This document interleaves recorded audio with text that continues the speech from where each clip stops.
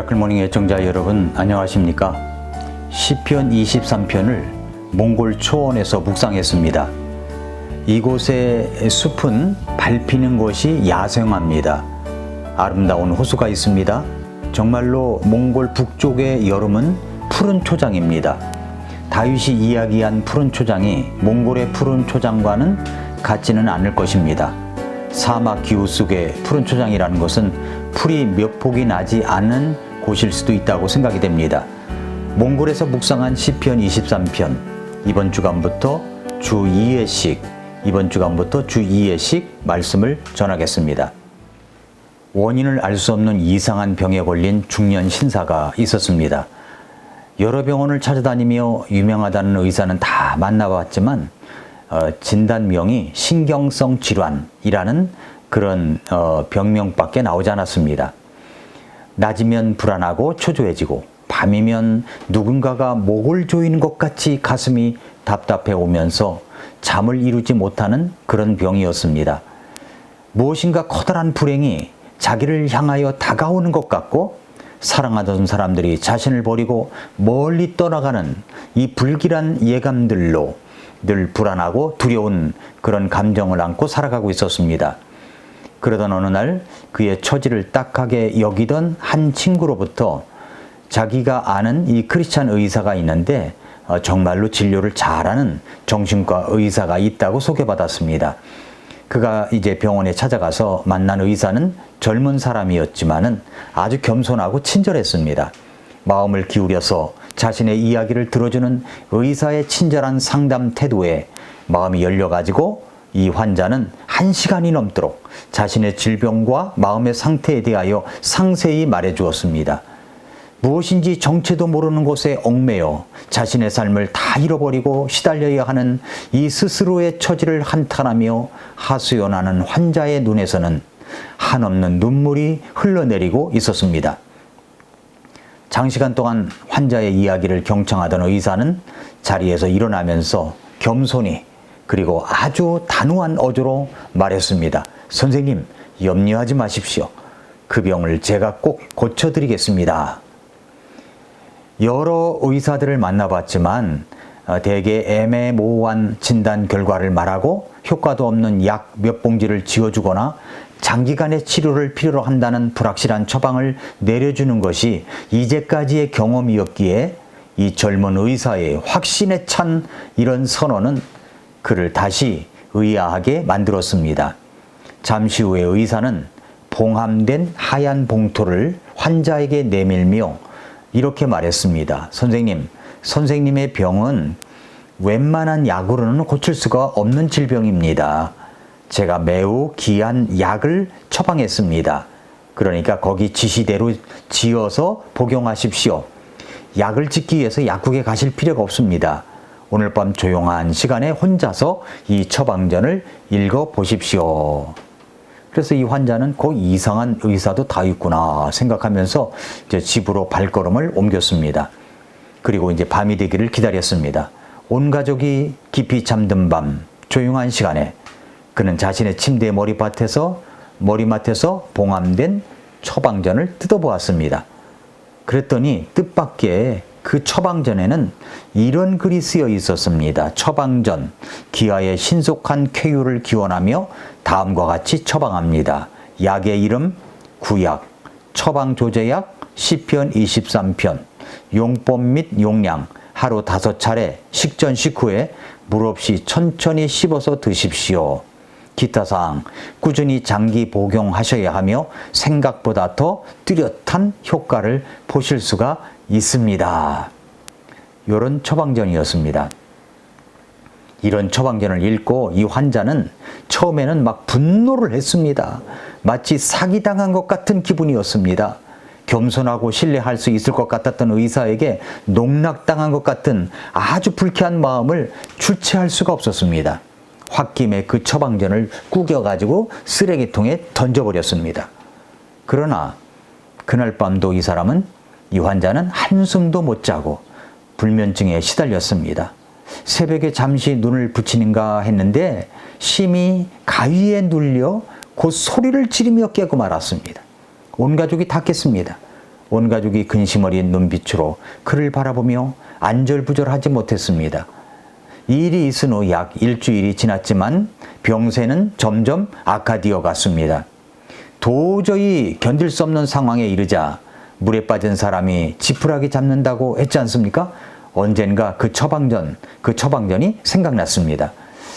그래서 그는 이제 책상 한 구석에 놓인 성경책을 가져다가 작은 독서 카드에다가 시편 23편을 깨알같이 옮겨주었습니다.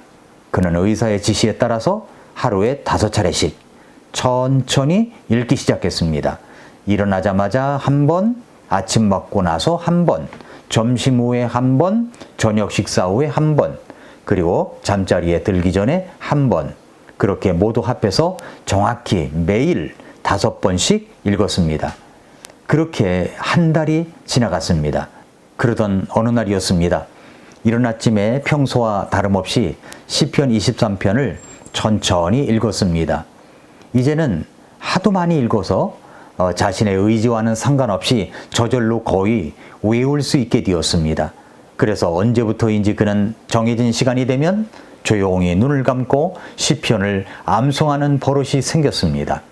주는 나의 목자시니 내게 부족함이 없으리로다. 그분께서 나를 푸른 초장에 누이시며 잔잔한 물가로 인도하시고 내 혼을 회복시키시며 자신의 이름을 위해 의의 행로들로 나를 인도하시는도다.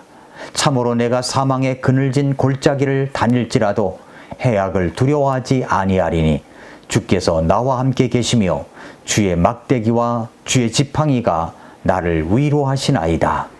주께서 내 원수들의 얼굴 앞에서 내 앞에 상을 차리시고 기름을 내 머리에 부으시니 내 잔이 넘치나이다. 내 평생에 선하심과 긍휼이 정녕 나를 따르리니 내가 주의 집에 영원히 거하리로다. 그날 이른 아침 이 시의 첫 절을 암송하는 순간부터 그는 의지 없이 자기의 혼이 무너지는 이 커다란 충격을 경험했습니다. 가슴속에 있던 어떤 무거운 응어리가 흐물흐물하게 풀어지는 것 같더니 마음이 뜨거워지기 시작했습니다. 그리고는 영혼 깊은 곳에서 일찍이 경험해 본 적이 없는 그런 통곡이 터져 나왔습니다. 마치 낡은 콘크리트 건물 더미가 무너지듯이 자신의 아집과 하나님 없이 살아온 인간의 교만이 무너지고 하나님 앞에 없이 살아온 인간의 교만이 무너지고 하나님 앞에 선 자신의 참모습을 보게 되었습니다. 한때 사회에서는 그래도 촉망받는 사람이었고 스스로 유능하다고 생각해왔지만 사실은 하나님을 떠나 길 잃은 양의 처지가 되어 있는 자신의 모습을 그 말씀을 통해서 보게 되었던 것입니다. 하나님의 말씀 앞에 드러난 자신의 참모습을 발견하고 비로소 자신이 얼마나 하나님 앞에 불순종으로 일관된 삶을 살았는지 알 수가 있었으며 자신의 영혼을 돌보는 일에 얼마나 소홀했는지를 뼈저리게 후회를 했습니다. 읽은 것은 시편 23편인데 거기서 그는 하나님의 아들을 십자가에 못 박은 하나님의 사랑, 그리스도의 사랑의 복음을 만나게 되었습니다. 자신의 죄가 자신의 죄를 보았습니다. 그리고 자신의 죄를 회개하고 예수님을 구주와 주님으로 영접을 했습니다. 감당할 수 없는 이 하나님의 은혜 앞에서 그는 울고 또 울었습니다.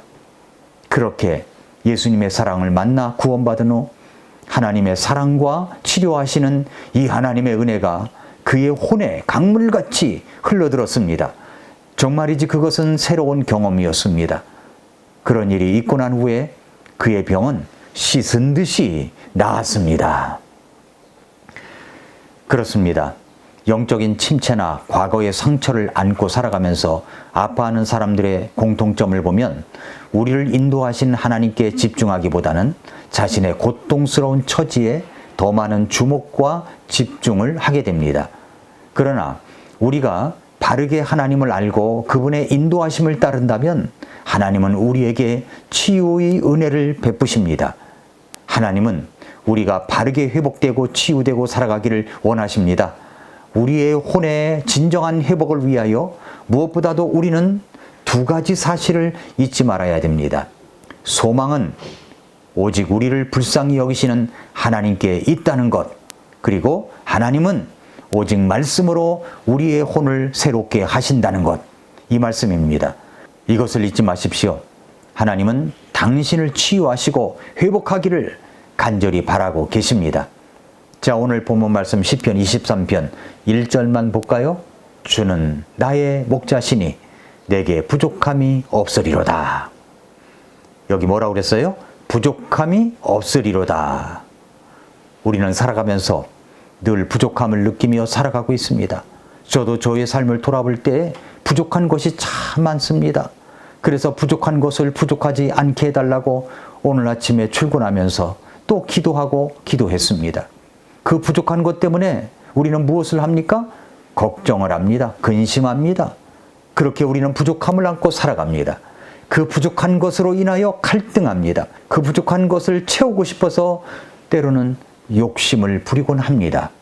그런데 시편 기자는 뭐라고 고백합니까? 부족함이 없으리로다. 이 시편 기자는 다윗입니다. 그는 목동이었습니다. 이 다윗의 시는 그가 어린 목동 시절에 쓴 것이 아닌 것 같습니다. 내용을 가만히 살펴보면 이 시편은 다윗의 말년에 그의 인생을 돌아보면서 지었던 시라고 생각이 됩니다. 왜냐하면 그의 표현 속에 그런 내용이 묻어있기 때문입니다. 사망의 그늘진 골짜기, 자기 이름을 위하여 내 원수들의 얼굴 앞에서 또 내 앞에 상을 차리시고 주의 집에 영원히 라는 이 문구에서 나타나 있습니다. 그는 푸른 초장 실만한 물가의 환경에서 인생을 살아온 것이 아닙니다. 그의 인생은 치열한 전쟁터의 연속이었습니다. 왕으로 오르기도 전에 사울의 시기 때문에 도망자 생활을 해야 했었습니다. 죽음의 순간도 있었습니다. 위협도 수없이 넘긴 사람입니다. 또 아들 압살롬이 반역을 저질러 성 밖으로 피신한 적도 있었습니다. 극심한 시련과 고통으로 이루 말할 수 없는 지경이 있었던 적이 있습니다. 다윗의 인생은 그리 평탄한 삶이 아니었습니다. 그렇게 어렵고 힘든 시기에 다윗은 바로 이 시편을 지었다고 봅니다. 인생의 가장 어렵고 힘든 시기에 다윗은 1절을 고백합니다. 주는 나의 목자시니 내게 부족함이 없으리로다. 정말 부족함이 없습니까? 아마도 우리들의 삶을 1절의 말씀 비슷하게 바꾼다면 이런 고백이 있지는 않을까요? 주님은 나의 목자신데도 내게 부족함이 많구나. 사랑하는 성도 여러분, 다윗은 그 어려운 인생 역경의 시기를 보내면서도 내게 부족함이 없다고 말합니다. 어떻게 이런 삶이 가능할까요? 본문 1절에 나오는 두 단어를 유심히 봐야 됩니다. 주님은 나의 목자. 주님은 나의 목자. 여러분은 그 주님의 능력을 아십니까? 여러분의 목자는 우리 주님, 그 주님이십니까? 주님은 나의 목자. 오늘도 미라클 모닝입니다.